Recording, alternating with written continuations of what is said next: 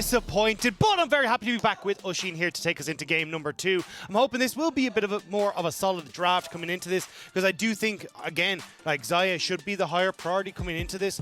For R7, you can see how good Slater had a performance on that. I just don't think the Kaisa can cut it when Xayah is still on the table. No, I completely agree, and we'll see now what they want to try to go for. So far, it is the exact same bans coming out here for both sides. Yeah, no difference. 6 for 6, and we'll see if the priority changes here for R7. They actually take the Rakan, so at least they're breaking up the Lovers duo. Yeah, I still think Xayah is just kind of the cream of the crop when it comes into this meta. Because a lot of the times it's like, okay, well, who can really fight up against her? She does well against Ezreal. She does well against the Kaisa. Like, a lot of the only people that you kind of struggle against is something like a lane bully and the Caitlyn, but we haven't really seen teams willing to bring that out, despite the fact that it did get buffed. So it is going to be a swap of the supports. We're going to get the Rel coming in for Pallet. You're still going to get that Xayah. So again, a very aggressive lane that you can look to play around as GAM if you want to. But to be honest, like, the top and mid lane played so well out for GAM. I wouldn't be surprised to them continue to focus on solo lanes. Yeah, honestly, I feel like you're still looking at the same kind of issues right now as R7 for the moment. We'll see how the draft kind of changes if it does, but I mean, they're going to feel like they have to go back towards that Kaisa. It didn't really have the impact it needed to have in that first game. Now R7, do you change up the priority? Do you look for maybe a much more higher priority in the top lane or mid lane rather than just going for that J4? Yeah, I think they'll probably just go back towards jungle. I thought they actually would take the J4, but they're going to swap it over towards the Lee Sin, because you do leave the opportunity now for Levi to actually get his hands on the Jarvan. And I think when you've got the setup there, it can be absolutely fantastic to follow up with things with the Rel, but not actually going to be the case. It looks like Catty was like, hey, look, I'm super happy in the matchup we just had, so let's take this Syndra, let's try and ban away some of these mid lane champions and even just pinch that pool that bit more and try and put Miru onto something that's a bit more uncomfortable, because this is where we got to see the Ahri ban and that kind of stuff come in here to just get Miru off of his champions that he likes. Absolutely, and I think as well, like we saw in the last one, you know, R7, they banned away a couple of different things in the jungle. They were happy to kind of take away things like the Lee Sin. They probably banned away the Jarvan this time, but I mean, the Wukong worked just fine for Levi. He was very, very happy with that, and again, like you mentioned, GAM now going back into that mid lane and saying, look, we've gotten the Syndra, because we had a feeling they were going to ban it anyway. We'll ban away the mid lane picks and put Miru onto something he's just not comfortable on. Yeah, and again, you're kind of hit the nail on the head. Get rid of the junglers on the opposite side, but Levi still at the Nocturne. You went towards the Wukong. I think you still have multiple different options that you can go for here. I think there is a question mark, though, of whether you try to like ban away maybe the K'Sante from Kiai in that top lane, because although Bong did go for the counter pick on the Gwen, I don't think he looked particularly comfortable. Surprised though to see the LeBlanc ban. I actually thought we'd get the Ahri ban, because even though LeBlanc, I believe, was open in the last game, Miru didn't actually end up going for it. Wanted to go towards the Silas instead, but we'll have to see when he knows that he's up against the Syndra. Maybe that's where the LeBlanc comes out. That Kennen ban tells me R7 wants Renekton. That's exactly what that tells me. The Rumble's gone, the Kennen's gone. You would look for the K'Sante for GAM, you would imagine, but the Renekton is still up and available, and I feel like that's what Bong is trying to lean towards. Yeah. They're calling it. Yeah, they're calling it, yeah. I do agree with you. I think they are looking at a Renekton, and again, it's kind of like, okay, well, you can't really go for the K'Sante, because if you do end up in that position, well, then you put yourself in an uncomfortable spot. By the way, Briar isn't open for this, so that's why I'm just not talking about it. But K'Sante is not able to deal with the Renekton, because the Renekton takes Demolish, just looks for turret plates, and then gets that lead regardless. So it kind of shuts that down. So I like the Jax pick, kind of saying, hey, look, well, if you want to go for the Renekton, it's not the end of the world to have a Jax up against this. And there we are, Miru going back towards, which I personally think is his strongest champion in the Ahri, so maybe this will give a bit of a stronger opposition for R7 in that mid jungle.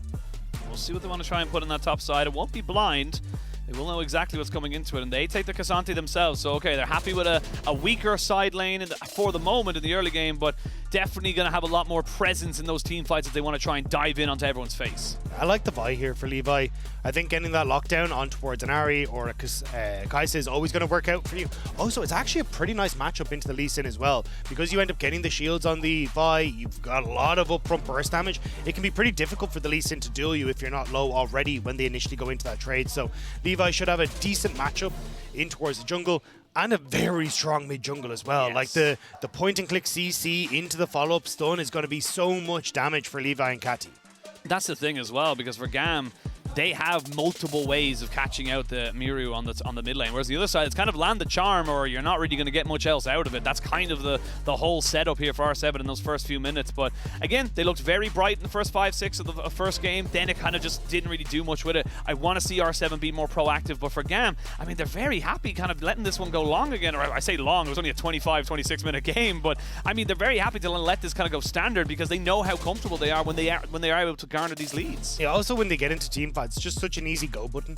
So I do think a huge amount of this game is going to be defined by this mid jungle. Again, like if you can get in nice and early as a Lee Sin Ari, that's a lot of damage. Vice versa as well for a Vi and a Syndra. So kind of feels like whoever gets control over mid can then have a lot of power point on the map to lean into the to bot side, lean into top, like just have that advantage in that jungle matchup, which will mean so much coming into this. Yeah, absolutely. Well, R7, they find themselves at the edge of a cliff. They need to step up and away from the edge, or they're just going to fall and be knocked out of Worlds 2023. GAM want to push them over that cliff. GAM want to put them in the ground and continue on their way with as little resistance as possible. Game 1 went to plan. We'll see how Game 2 goes, but it's going to be all to play for. R7, the Latin America representatives need to put everything on the pitch. They need to just give me something. They can't let this one go like Game 1 did. Yeah, and I mean, look, MSI was a 2-1 in favor of R7, so they did give one across the GAM, but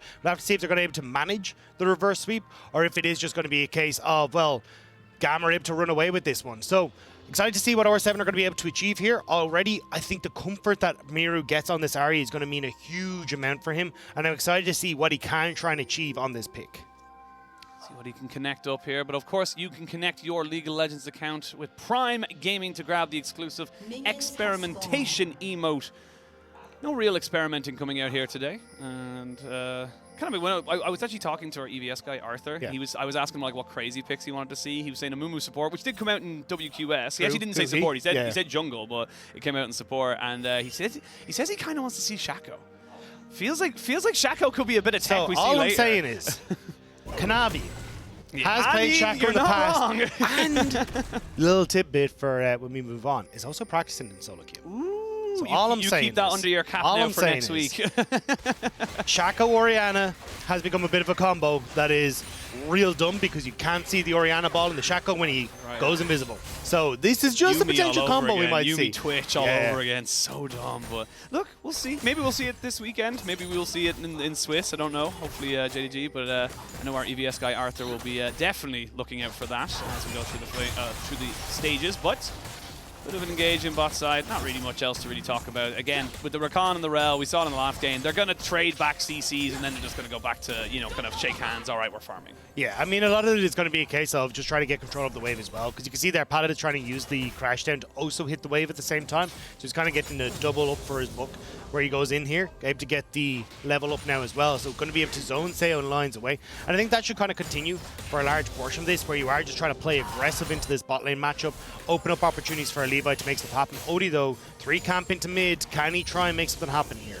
He's at level 3 from Miru before he can really go for it. Very difficult to kind of get into position here. Flash charm. Yeah, it has to be a flash charm. Maybe they'll look for it. But yeah, I mean, Kati is well used to these kind of situations and just says, nope, I know what this Lee Sin's going to try and do, so I'm just going to let you think you've got me and then just walk away. You'll see, though, Odie will spot out, though. Okay, all of top side has been cleared out, so Vi is going to be on this bottom half of the map, so you do need to be careful if you're going to be Seo or Lions. Immediately, you can also see Miru starting to lean towards that top side of his lane, not giving any opportunity for Levi to try and have any sort of counterplay. But Kati should actually be able to crash. Well, I was going to say should be able to crash these waves. It's in a bit of an awkward spot at the moment. Knock-up does get landed here on the pallet, who takes a fair chunk of damage, and he knew with that passive proc being coming up now for Seo, had to flash away. So good trade here from R7 in the early game in the bot side. A lot better of a trade back than they did in game number 1. Yeah, still though, you're now in a position where you are quite far forward in the lane and Levi is down here. So this is where it can be the downside of taking that aggressive trade. Slater and Pallet will be able to freeze this wave thanks to the fact that Vi is here. Even Seo, like, he's gone for a quick reset as well. So you're going to end up in a position where Slater can slow push this wave out, build up more of a gold lead, and then get a better back on this, or sorry, better buy on his next back. So although it looks nice initially, it kind of puts them in a bit of an awkward spot here as this lane plays out. See the catch out Levi. Both junglers now in mid. Neither kind of getting caught out. Now they do. There's the charm coming in. It's a 3v2 at the moment. Levi trying to see if he can get over the wall. Good flash, good Q. And Audie's just going to walk himself away with a little bit of damage on the backside of this. So again, R7 in the early game having decent trades coming up against GAM. Oh, just wide on that one. He has very little mana though, so you can see Kiaya trying to see if he can go for these trades, but with the wave as big as it is, he has to be careful about how far forward he does go. No one wants to eat their biscuits just yet. They're keeping them for after dinner. They're going to get the knockback. It's a level 5 for Bong. There's going to be the E popped in there. The CC does get buffered, and now they may look for a bit of a trade. Another flash, but still no kill. R7 looking a little bit more comfortable so far in this early stage and getting much more advantages as a whole. Yeah, you can see there, nicely done by Bong. Was able to deny the CC coming through from Kiaya and even managed to get the knockback onto him as the counter strike is trying to hit. So good trade. Has the grass being down, which is slowly topping him up in this lane as well. But you can see, regardless of that trade going in favor of Bong, there's still a very big lead going over in that top side. You'll be able to back here's Kiaya, pick up your Sheen, and suddenly these trades become way more difficult for Bong to really take because you're just constantly every time moving in to auto attack and you proc that passive. You're just getting hit with a Sheen proc every single time. And I love what we're seeing from R7 in this early stage. It's cool. We got the flash in off the jungler. We got the flash top. We got priority bot. Immediately turn that into an objective because you know with the way Levi was pathing, he's not really going to be on this bot side, or even if he is, it's not going to be very optimal for his pathing. So it definitely feels like they are going for the right decisions for the moment, as we can just see now a little bit of a trade back in this top side. The all-out now available alongside that Grandmaster's Might, and you can see now Bong just wants nothing to do with this. He may have to use his flash, but has a dash and should just be fine. Yeah, Kiaya had already used his leap strike to get into position there, but it does mean you're very low under this tower. And one of the things is, well, we've just taken Dragon on bot side. I actually don't know where Levi is if I'm on R7, so that's where you can see, despite the fact that Levi's on bot side, Bong is playing very safe in this lane, even getting a ward down into his own tri-brush just beside him to make sure that he's not going to be any sort of issues if Levi shows up. Well, thankfully for Bong, he should be able to clean up all these minions and get himself back up into some kind of equal CS setup. Audie not quite level 6 just yet, waiting for those junglers to really hit it. Not really going to find anything from there. Miru almost getting his sweeper to catch out Kati for a little bit of a trade with a charm, but wasn't going to be. Now do they look for something in this bot side? Again, Audie would love to have his level 6 here to get that kickback on the Slater, who does not have access to the Featherstorm. Yeah, I mean, the trade pattern there is actually shoved away, though, hang on. And the Q, they go in, flash burnt there by Slater. Pallet takes a fair chunk of damage as well. Not only the flash, but the ghost as well by Slater. And everything gets burnt here on the GAM bot lane. Yeah, Slater was trying to play up towards the top side of this lane because he knew Leon's was in the brush, so wanted to try and keep as much distance there, but actually means that he sets up if Odie is ever ganking the lane because it means he can land that Q over the wall. So a bit unfortunate. We'll have to burn his summoner spells to get away from that, so nicely done by Odie. And kind of just realizing, hey, Levi was going to be on that top side, so we have the numbers advantage here. Let's see if we can make the plays happen. And that was something we missed out a lot at the kind of mid portion of game number 1. That's the thing, it's all positives coming out here for R7, but they are falling behind in terms of the gold. They are not getting the same resources. You can see kind of slight CS leads pretty much everywhere, to be perfectly honest, except for maybe mid lane, but those are the little things, stat and plates, that are kind of working against them. And yes, the flashes are good, the plays are solid, but they're not leading to actual tangible advantages. Yeah, I think this, though, with the Rift Herald coming up is where we're going to see that change, right? Already you can see Slater's on his way up towards this Rift Herald, whereas when you look at Sayo, he's just kind of going to try and stick to this bot side. So I'm curious to see if, as Sayo shows on this bot wave, if they can change their idea, but... Okay, the E's down now, but should have plenty of time to kind of reset that one there. As I say that, I can see the cooldown is 10 seconds or more, so they're maybe not so easy to get that bot back.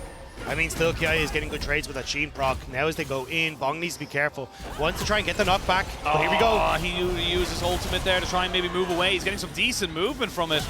Levi, the flash kick there, gets him underneath the tower. The last shot shall kill him off. And finally, R7 are rewarded for their efforts. They get themselves first blood. So well played by Bong. Interrupts with the unstoppable and able to turn that play around at the end of the day. Really nice stuff. Now, Pallet is up here on this top side, but not really sure if you can try and get much more done. No jungler here available for GAM. He kind of needs to back away, but Odie and also having the Lions here is going to set things up absolutely beautifully. So bit of a weird play from GAM in trying to set that one up, but unfortunately they just go that bit too far forward and it cost them.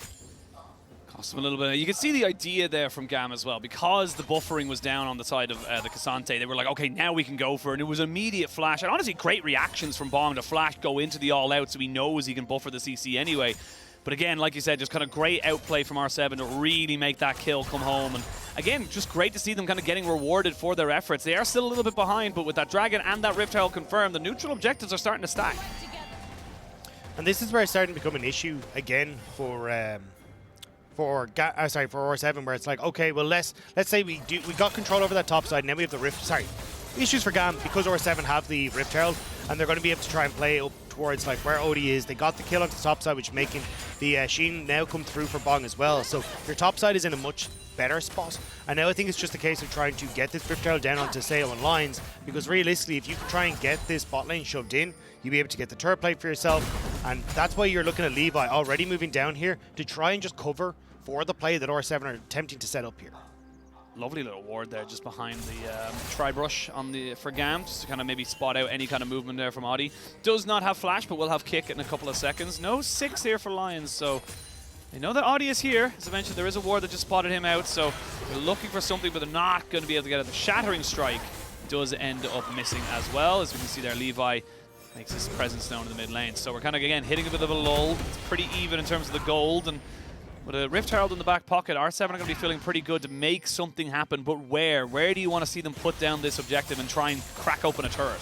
Yeah, again, I think it has to be around this bot lane. Like, just try to keep control there is going to be important. We're already saying, look, Slater has a ton of control when it comes to range advantage. Leon's going to be... Oh, they're going to flash in, TP as well. They're going to try and put down all the CC and absolutely burn the Rakan down. Scatter the Weak does not land, and that means the last of the CC isn't going to land onto Seo. But mid lane is now the target. You go and commit everybody there. You can see Audi already setting that one up to try and drop down the Rift Herald. Yeah, they're just going to end up trading this for Dragon, but you do need someone to still clear out this Rift Herald in mid lane, because if that sticks around, you're going to end up with a couple of extra turret plates. It looks like Kati kind of realizing that, going to move up there to cover.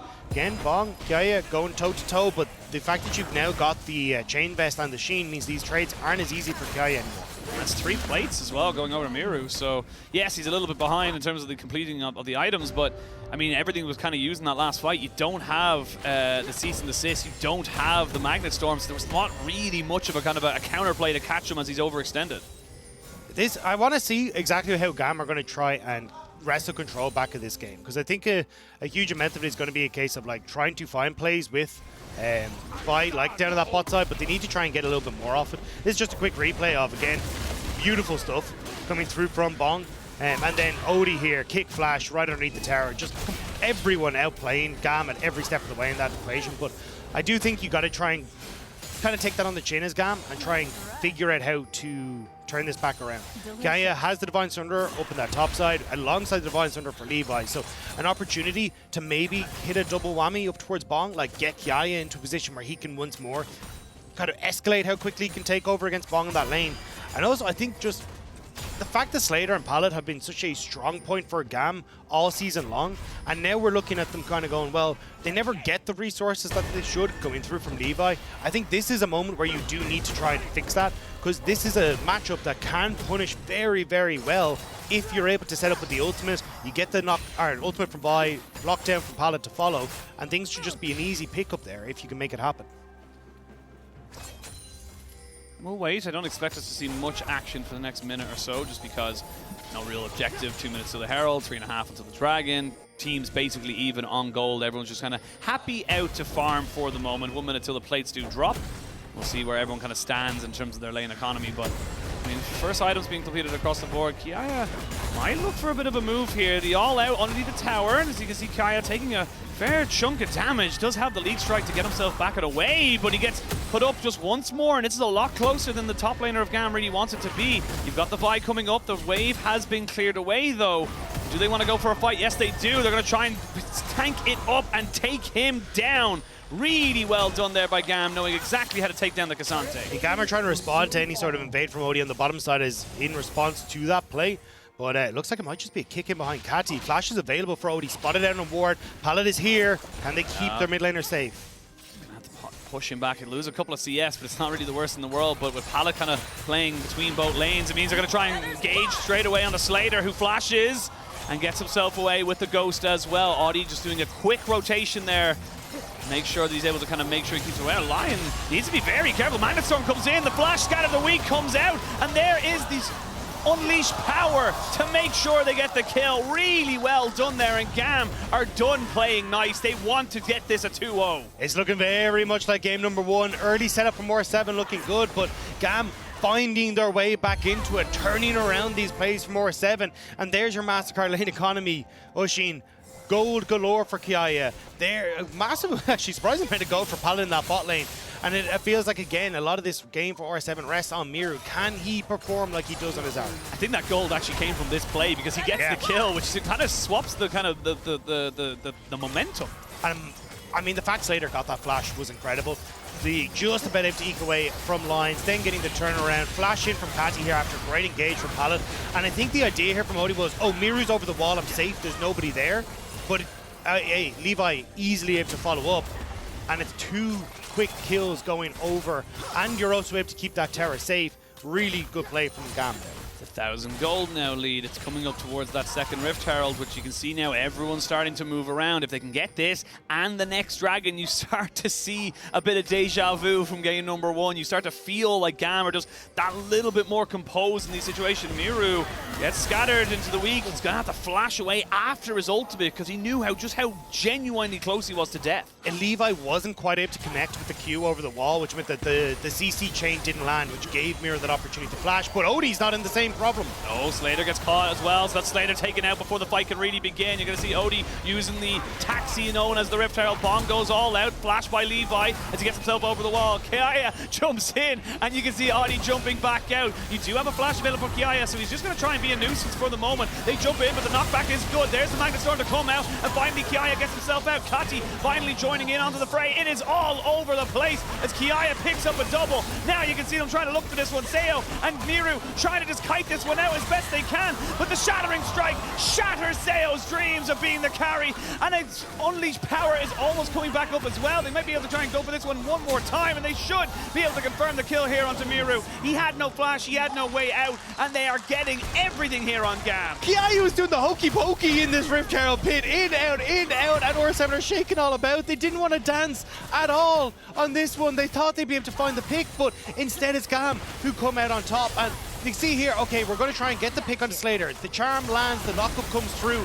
Great pick to start things off. But the problem was, Odie had overextended in towards the jungle. The follow-up here from Kiaya is interrupted, and Odie manages to survive that a little bit longer. Watches Kiaya.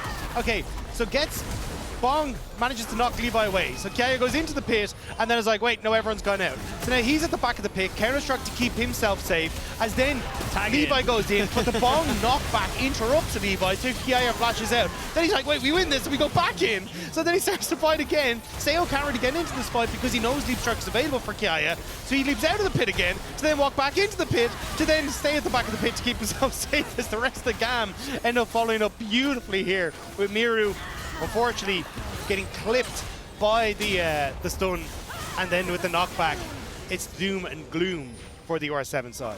I mean, for GAM, though, it is elation. They are feeling so good right now, and there's your team fight damage powered by AWS. I mean, the Slater did nothing, but he didn't have to do anything. When you've got a Vi doing this amount of work, 3,000 damage at this stage in the game, it's just not needed. Like, it just feels so broken. But, I mean, Levi just having a great series overall. He definitely is. And again, he's down on this bot side to try and keep Bong off of the tower, so setting up well for Slater. R7 going to try and respond by pushing in mid. I think Caddy has to be very careful. I don't think he realizes how many members of R7 are actually up on this top side. He's going to know now that there's no real defending this turret, and he does give fair respect to the side of R7 as they do confirm that one there. It's a 2,500 gold lead for GAM right now, 2 dragons to 1. They also have a Rift Herald in Levi's back pocket, or his satchel, as Lyric likes to call it, because he doesn't like the back pocket. But what's wrong with a back pocket? I don't know. He had a real thing about it. He's like, why is it always a back pocket? He's like, why can't I not have the Rift Herald in a satchel? Well, that's what I was saying. Well, yeah, I was like, he was like, why can't I not keep it in a satchel? And I was like, you can do whatever you want. You know? You can have it in a cross bag. You can do whatever you want. Backpack if you want, like, or backpack even. But now Levi going to try and make more presence felt. And the spot side is Bong. He's going to try and delay this one a little bit. Levi may have gone a little bit too far forward. No flash for him, so going to use the ultimate there onto Miru as he TP'd in. And actually a lot of damage. The Unleashed Power, not quite enough, but he's ticking down. He's got so much damage there with the Leandri's Anguish. Not quite able to kill him off. Oh my god, it looks like the screen is glitching. But while that's all been happening, Bong does end up getting taken out, and it's ended up being a 5v4 now. Everyone's in this bot side. Slater feeling confident, pops the Ghost, gets charmed immediately, and into a secondary charm means he has no way of saving himself. Cleansed by Sayo keeps him alive for the moment. Pallet gets the Hex Flash forward. And everyone just kind of backs themselves away. It's a little bit scrappy. R7 will not be happy with going 1-for-1 as they did look to try and turn that play. Yeah, I mean, R7 tried to turn it, but GAM, again, able to separate themselves out. Levi uses the Unstoppable to get himself out of dodge, and they're able to follow up nicely on that one. And again, this has kind of been the story of a lot of this series, is R7 trying to make a play and GAM actually either turning it back, getting something back in their favor. And I know that one obviously started off with GAM attempt to make the play, but it is, again, it's like R7 saying, hey, we can turn this. We have first move from mid.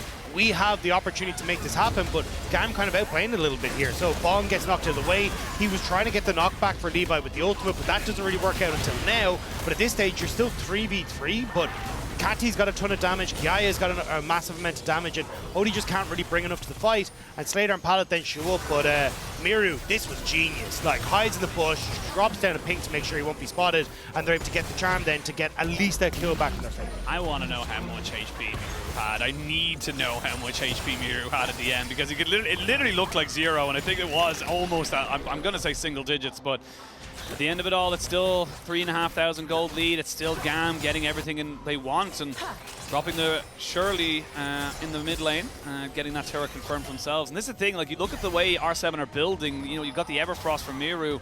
Yes, he does a little bit of damage, but it's not going to be the same kind of power that you get with something like a Syndra having that Leandri's Anguish alongside their AD carry. Yeah, a huge portion of what I want to see, though, at the moment is, look, you're going to get the resets. I want Jax to move down onto this bot lane and make sure that he can get push. I want to see them get full mid control and then push that in towards the top side control as well, and then start to set up vision here, all in this quadrant. So then you can actually be in a position where, okay, now GAM can set up for Dragon, for Baron. They're going to be in an okay position to actually try and threaten over towards the Dragon that's going to be up soon as well. But it's just, once you can guarantee that mid priority, you're in a really good spot to make sure that you're okay on the map to contest, well, one, some vision for Baron to make sure R7 aren't going to try and burst that down, but two, also be able to then fall back in towards this bottom side and keep control up for the Dragon. So far, GAM looks like they're doing almost exactly what you talked about right there. Pushing in as a 4-man into mid, pushing top lane with Kiaya so he gets priority there. And maybe moving in towards it. They got a little bit of good vision there around the Baron pit, but nothing too exceptional. Deep Strike comes down as Kiaya just kind of looking to confirm this turret. I do think with a minute to Dragon, this is actually probably more correct. I didn't cop the Dragon was only up in a minute's time, so this is actually the correct call, is basically Kiaya away from objective, because he'll have his TP back up in a moment's time, and then you'll be in a position to collect Dragon. That's about to spawn. I would prefer more members in mid, though, to just guarantee the push here, because you can see a lot of R7 are now able to clear out that wave, and they'll be able to get mid priority, which forces GAM to then fall back to their tier 2, and they won't be able to commit to this as hard. Well, Dragon spawning. We'll see if Miru can get out as little HP as he did last time. It was 5, by the way. 5 HP the last time, yeah. So it was as close can be. Thank you so much to our EVS operator, Arthur, for confirming that for me. But now we come back in 5v5 in this mid lane. Bong's already TP'd in. We have a full palette, excuse the pun, of summoners available for everybody. This is what I was talking about. R7 get mid-prio, they move into River, they're clearing out the vision, and for GAM, this is not where you want to be. Watch Odie. He's the guy that wants to try and get on towards Slater, and with the Infernal Rift, there's so many different angles of attack. Yeah, you can see Lions just moving around, putting Pallet away from the fight. The Unstoppable comes in, they jump in onto Minoru and just trying to burst him down. Knock up there and Charm onto the 2 carries, and all out comes out, but Minoru is already dead. It's going to be the mid laners, not quite traded just yet, because the Vi comes in to save the day. That's Cleanse in as Kiaya gets shut down, but look at Slater and the rest of GAM pushing in, pushing forward. Sayo quite literally playing on the edge of his health bar. Lion says, go on without me, you need to survive, but Slater is his name, and he slays him down. Double kill in here for GAM's AD carry as they look to completely take control of this game. They want to chase Odie out of this jungle area, get back over towards the Dragon and pick that one up. Kati has already moved in towards the mid lane to keep that wave pushed in as well. Beautiful stuff from GAM on that play.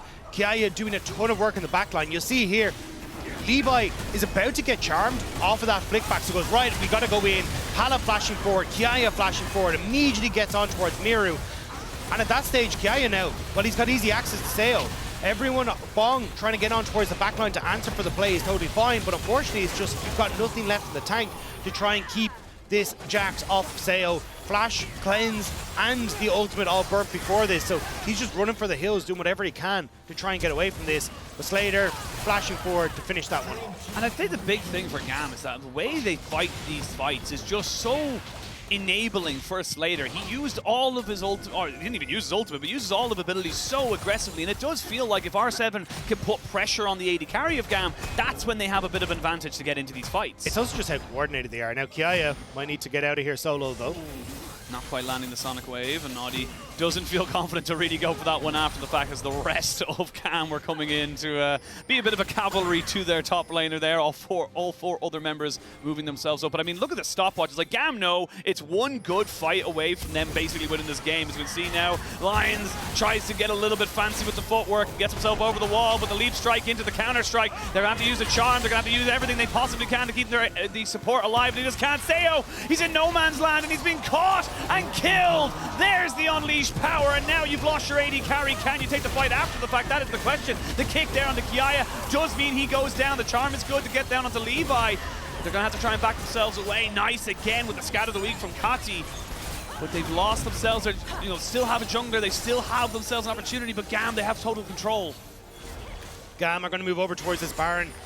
Great pick from them. Again, turning it around what R7 were trying to at least get something back, but it's now going to be Baron up. Yeah, he's too far away. Like, this is going to go down too quickly, I think, before he gets here. Bong and Miru need to make a play to slow this. Pallet, scat of the week, and have the flash over the wall, and to see if they can maybe make this one work. They're getting decent damage. Bong flashes away, but again, for R7, that's fine. That's okay. They stopped the Baron from going down. That's all they wanted to do. Yeah, and again, because OD's now here, they don't want to try and follow up on this. They have to be careful, though, because with R7 coming off of resets, it could be R7 who immediately turn on to Baron. They have to. And that's exactly why they're trying to slow these retreats, so then they can be the ones to start it up. TP is available for Kiaya. Flanks. Great warp spot. Yeah, flanks coming in. They know that pink ward is there. The charm doesn't land. And now they're going to get another scat of the week. Kati has been insane with these CC chains. And now they can really look for the fight. The all-out comes out as Bong looks to jump on the Kati. Double stopwatch is used. And then they can really re-engage. Seo just has nowhere to go, nowhere to be.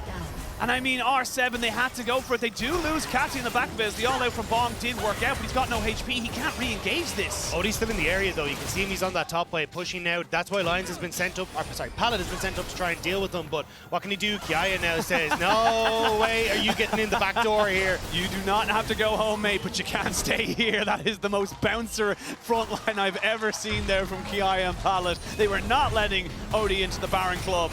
And that is going to be the Red Bull Baron power play going over to GAM as they look to push themselves to a 2-0. I mean, really, GAM have shown up here. Again, this is their revenge from MSI, and unfortunately we couldn't get it yesterday coming through for the son of Junja. But here for GAM, it looks like revenge might be on the cards. Again, the loser here is knocked out entirely from the play-ins tournament. And if R7 fall here, it'll be the LLA, unfortunately, not able to continue forward. Gotta find something, but it just feel like every turn they go for it. It does come down to small little mistakes. Like, if they clear those wards before they go into that, then they don't get the flank, they don't get caught out. It's little things like that. It is, unfortunately, the way League of Legends work. It's a game of small mistakes. It's not about, massive misplays, and sometimes it's an outplay, but it really does feel like it's those small little moments that do define a series. As charm down, but crash down here from Pala keeps him safe. And I mean, you have to fight for this dragon in a minute's time. You can't let this Infernal Soul go over against the Syndra. It's over. But again, the Syndra pick has been doing so much value against R7. You heard on the desk, we keep seeing R7 going for these front-to-back fights, which is perfect for Syndra. Although this one, a bit more spread out. Oh, they're going to look to try and fully engage. There's going to flash in, scatter the weak. Slater there to try and take everybody else out, and they're all being pinched in. Everyone being jumped around on top of this one here. The feathers fly. And that is going to be Sale getting dropped down one more time. He hasn't been allowed to play the game. And while that's all been happening there, just jumping onto Bong, who does go all out and tries to turn this one around. He is a Cassante, and he will be able to get one kill. But I mean, it's a consolation prize at the best possible scenario. And that's going to be the inhibitor towers going down. I don't know if they're going to be able to end the game just yet, but I mean, it's total control here from GAM. Yeah, I mean, GAM again set up a beautiful pick. I have to give a shout out to Bong though, not even just for the kill. Like every single time that these fights have been happening, he's been desperately trying to keep his team safe, but he's just not been able to do so. Even in that one, as Miru goes down, Bong is trying to keep him safe with jumping onto the back line, but yeah, Odie, there's no way into here. Yeah, he's got to be a hero. Now there's a way into there. There's a way in there. Pallet went away. They have to go in. He has to go for it. He doesn't try and do it in the end. I feel like he had to try, but I mean, I don't know, maybe it's a game of inches, but let's have a look at this replay. I want to watch Bong here, because again, like, Miru does get caught here, but Bong immediately jumps onto Kati with the Unstoppable, which means that Kati actually can't follow up to get the Unleashed Power onto Miru. But the problem is that everyone in GAM is just too far ahead. Slater is in the perfect position to follow up on that one. You can't really do anything. And even in the 1v2, the fact you still managed to come out with a kill here says a lot about what Bong is attempting to achieve. But GAM, unfortunately, the rest of the team is just way too far ahead. Yeah, and honestly as well, you saw that the Rakan went in with Bong as well, so it meant that you had no kiting. You had no one to kind of delay the inevitable kind of push in there for the rest of R7's carries, so it just feels like they're just not going to be able to kind of come out of it. 10,000 gold now for GAM. And an Infernal Soul as well. You can see just a slight combination, enough to bring down Audi to 2/3 of his HP, and that's before the power gets unleashed. Yeah, and that's even before you have things like Rabadons or Void Staff even added into the equation. So, and again, with the changes we saw to Syndra, she scales relatively well now, because again, she's going to pick up a ton of AP off her passive and everything. So, I mean, this Syndra is definitely no pushover at the moment. Odie, standing tall for a short while in front of that tower before he goes, actually, you know what, I don't want to be here. It's like when you try to start a fight and you realize the guy is much bigger than you, and you're just like, all right, I'm going to be the bigger man, but they got to go for a long last fight, but immediately Bong gets CC'd up and there's nothing you can do. Kati goes golden with the stopwatch. Double kill comes in here for Slater. Maybe he wants a little bit more. They're going to try and get Seo on this backside, trying to do as best he possibly can. There's Levi moving forward. It's a triple kill here for Slater. It's a quadra kill for Slater. Penta-kill for Slater. He gets himself right back on the map, and it's a league of pentakills here in the play-ins. The Death said they wanted to see more from Slater. They wanted to see Slater step up. They wanted to see GAM step up. And with a 2-0 win and a pentakill to boot, the VCS will guarantee themselves one more opportunity at qualifying to the main stage. And this is the GAM we wanted to see. This is the GAM that everyone kind of has nostalgia glasses for. They loved rose-tinted glasses to look back on and remember just how fun they were, how genuinely kind of dominant they were against the other kind of emerging regions. So really, really good to see them coming in, and honestly, a great marker for them to kind of say, no, we're not washed up just yet. Team Wales aren't the only VCS team. We're still the champs. I mean, Team Wales, GAM, both coming in from the VCS. The PCS looking absolutely fantastic with PSG, Talon, and Flying Oyster. And we still have one more series to try and go before we find out exactly what's happening. Like, this is such a banger of a play-ins, and to see these teams step up with pentakills on both sides is absolutely insane. Look, when there are winners, there are unfortunately losers. R7 and the LLA are out of Worlds 2023. It's unfortunate. It is unfortunately the way competition works. There has to be winners and losers, and look, for R7, they gave as much as they possibly could. It just wasn't good enough on the day, unfortunately. But look, again, this was kind of the rematch from MSI. They picked up their first ever best of win against GAM, and unfortunately now they got smacked back with that same. So they will be going home, but I think for LLA, they should be proud of how they've done, right? Like, we got to see them step up across multiple different opportunities.